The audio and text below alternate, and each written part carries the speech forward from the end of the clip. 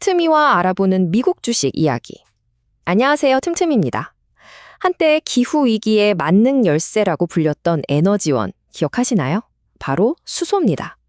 오늘은 특정 기업을 살펴보기 전에 이 수소산업 전체가 2025년 현재 어떤 길을 걷고 있는지 그 현실을 한번 깊이 파헤쳐 보겠습니다. 과연 수소는 약속대로 미래를 바꾸고 있을까요? 아니면 그냥 거대한 거품이었을까요? 불과 몇 년 전까지만 해도요, 수소에너지는 기후변화에 맞서 세상을 구할 구원투수 같았죠. 하지만 2025년, 지금 우리는 그 뜨거웠던 기대와 좀 차가워진 현실 사이에서 질문을 던져봐야 합니다.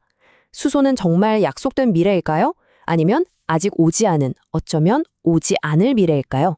오늘 그 현실을 데이터로 직접 확인해 보시죠. 자, 그럼 먼저 2010년대 초반으로 잠깐 돌아가 볼게요. 도대체 왜 전 세계가 이 수소에 그렇게 열광했는지 그 거대했던 약속부터 다시 한번 짚어보겠습니다. 수소의 매력, 정말 명확했습니다. 생각해보세요. 정유, 화학, 철강 같은 탄소를 엄청나게 뿜어내던 전통 산업을 친환경으로 싹 바꾸고 자동차나 배, 심지어 발전소까지 이걸로 돌릴 수 있다는 거잖아요. 화석연료 의존도에서 벗어나서 에너지 안보도 지키고 탄소 중립이라는 거대한 목표를 달성할 핵심 열쇠. 말 그대로 모든 문제를 해결해 줄 것 같은 만능 열쇠처럼 보였던 거죠. 자, 그럼 그 화려했던 약속이 지금 현실에서는 어떤 성적표를 받았을지 한번 볼까요? 2025년 국제에너지기구 IEA의 최신 보고서 데이터를 기반으로 현실을 아주 냉정하게 점검해 보겠습니다. 자, 이 슬라이드에 있는 숫자, 이거 정말 중요합니다. 진짜 충격적일 수도 있는데요.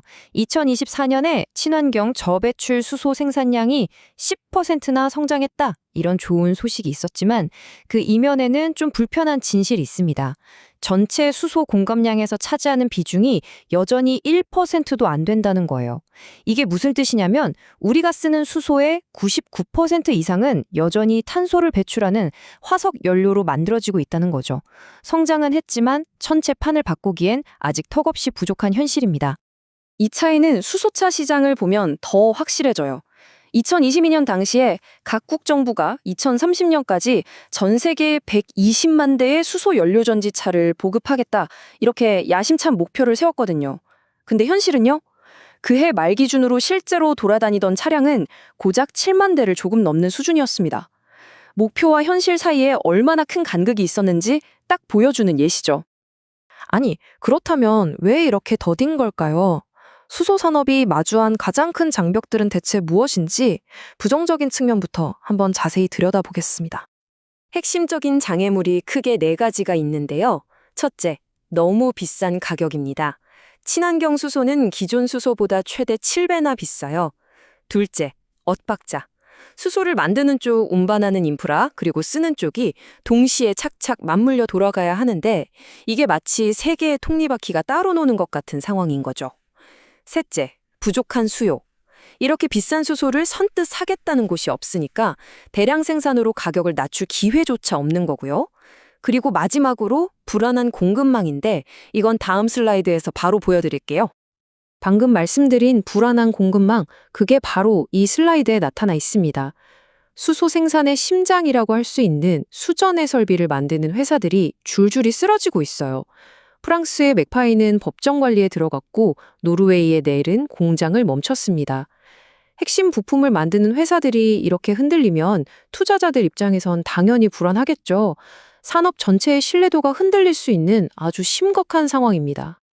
자, 그런데요, 이렇게 안 좋은 소식만 있는 건 아닙니다. 이런 어려운 상황 속에서도 수소 산업을 앞으로 쭉쭉 밀어주는 강력한 순풍, 그러니까 긍정적인 요인들도 분명히 존재합니다. 이제 그쪽을 한번 살펴보죠. 이 문장이 지금 상황을 정말 잘 보여주는데요. 중국과 수전해 설비? 이거 태양광과 전기차의 속편인가? 여러분, 중국이 태양광 패널이랑 전기차 시장에 들어와서 가격 확 낮추고 시장을 완전히 키워버렸던 거 다들 기억하시죠? 바로 그 역사가 지금 수소 시장에서 또 일어날 수 있다는 아주 강력한 신호입니다. 이 그래프 한번 보세요. 딱 보이죠? 중국이 전 세계 수전의 설비 제조 역량의 거의 60%를 차지하고 있습니다. 이게 뭘 의미하냐면 압도적인 생산 능력으로 가격을 낮출 수 있다는 거고, 이게 바로 비싼 수소 생산 비용을 낮추는 데 결정적인 역할을 할 수 있다는 겁니다. 중국의 참전이 시장의 게임 체인저가 될 수 있다는 분석이 나오는 이유죠. 자, 이 슬라이드는 진짜 재미있는 아이디어를 보여줘요. 아니, 그렇게 비싼 친환경 수소를 도대체 누가 사주냐? 이 문제에 대한 해법인데요. IEA 보고서가 아주 기발한 비유를 들어요. 우리가 마시는 커피, 이걸 만드는데 친환경 수소로 만든 비료를 썼다고 한번 상상해 보는 거예요. 그럼 커피 한 잔 값이 얼마나 오를까요? 놀라지 마세요. 고작 0.05% 오른대요. 이건 뭐 소비자는 거의 느끼지도 못할 수준이죠.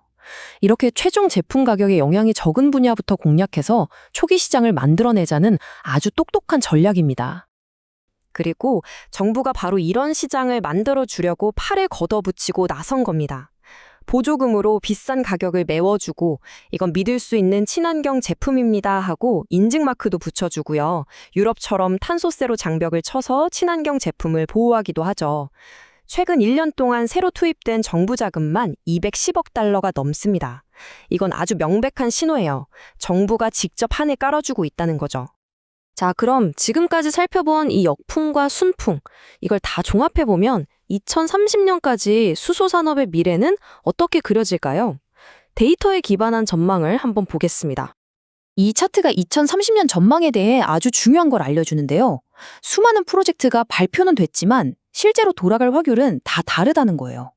여기 보시면 불확실하거나 잠재력이 낮은 프로젝트가 꽤 많죠. 그러니까 발표된 숫자만 보고 와 하고 섣불리 투자하면 안 된다는 겁니다. 장밋빛 청사진보다는 어떤 게 진짜 알짜배기인지 옥석을 가려내는 현실적인 시각이 꼭 필요합니다. 결론적으로 2025년 지금 수소산업은 실패한 게 아닙니다.